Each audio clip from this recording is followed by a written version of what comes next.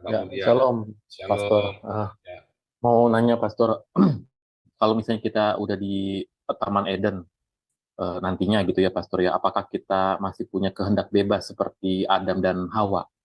Ya, seperti itu aja, Pastor, pertanyaannya. Makasih, Pastor. Nah, kehendak bebas dong, kehendak bebas.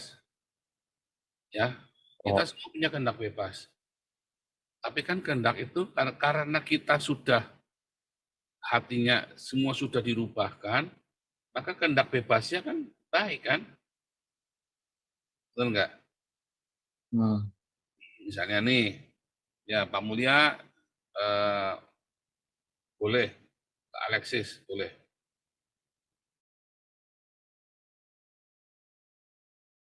Bebasan terus mau pergi ke Alexis begitu. Pengennya Pak, ya itu berarti ada yang nggak beres.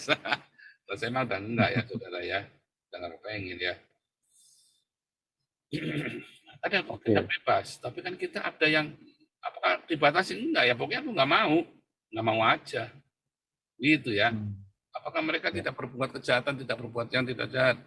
Jangankan Pak dengan tubuh kemuliaan hari ini saja kalau Anda sudah lahir baru, orang-orang yang sudah lahir baru, ya kata Paulus, kamu memang sudah merdeka, tapi gunakanlah kemerdekaan itu untuk perbuatan yang baik. Itu gitu ya. Itu ya entah, kalau Anda tiap hari menghidupi kelahiran baru, ya Anda nggak kepengen loh yang aneh-aneh, yang berdosa-berdosa, yang najis-najis itu nggak kepengen. Kalau ada Anda yang tiap hari pengennya najis, yang Anda yang tiap hari, saya ada orang yang ngomongnya lahir baru, tapi hidupnya capul ya. Saya itu kadang kamu ini ngomong itu jadi munafik ya. Makanya saya udah malas ya, udah malas deket-deket orang begitu. Ngomongnya menghakimi semua, semua dihakimi semua, belum lahir baru, belum lahir baru. Ternyata dia cabulnya minta ampun. Ya. Nah, itu juga saya nggak mau deket-deket saudara ya. Saya nggak mau deket-deket orang begitu. Ini orang udah nggak usah mau anak nyapa juga udah enggak deh saya deh. Ya, enggak Hmm, juga udah males ya. Karena ya itu belum lahir baru, kamu aja belum lahir baru, kamu ngocein orang, maki-maki orang, tapi kamu sendiri nggak lahir baru. Ya, harus ada buahnya lahir. oke. Kelahiran baru selalu ceritanya buah loh. Ya Alkitab itu selalu cerita buah. Yakobus, ya kan? Padamu ada iman, bacotmu ada iman.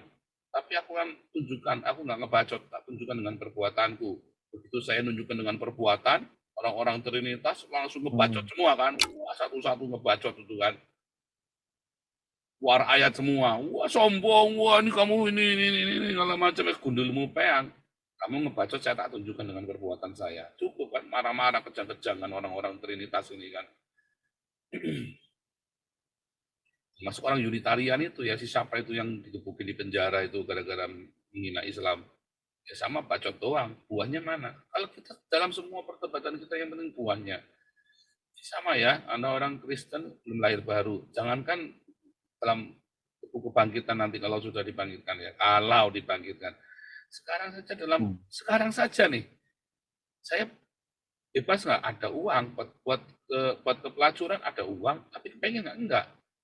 Sejak saya berjumpa dengan Tuhan Yesus nggak kepengen, sama sekali nggak kepengen.